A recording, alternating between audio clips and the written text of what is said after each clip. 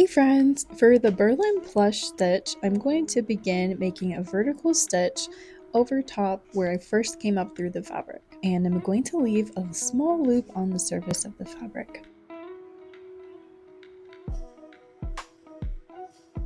Then when I come back up, I'm going to come back up through the first hole that I made in the fabric and then pull the loop to whatever size you want it to. Then I'll secure the loop by making a stitch across the loop over the top from left bottom to right. Then I'll repeat the process.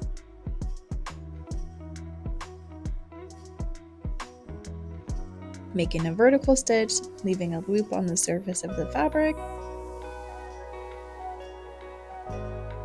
and then securing the loop by making a securing stitch over top from bottom left to top right.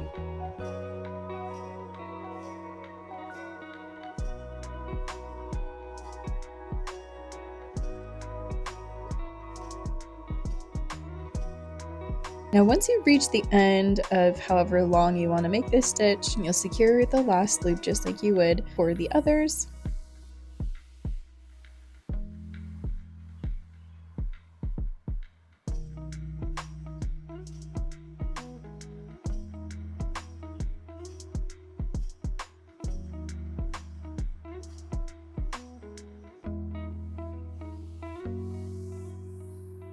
Then you'll want to tie a knot on the back side of the fabric and trim off the excess thread. So I'm going to go ahead and do that now.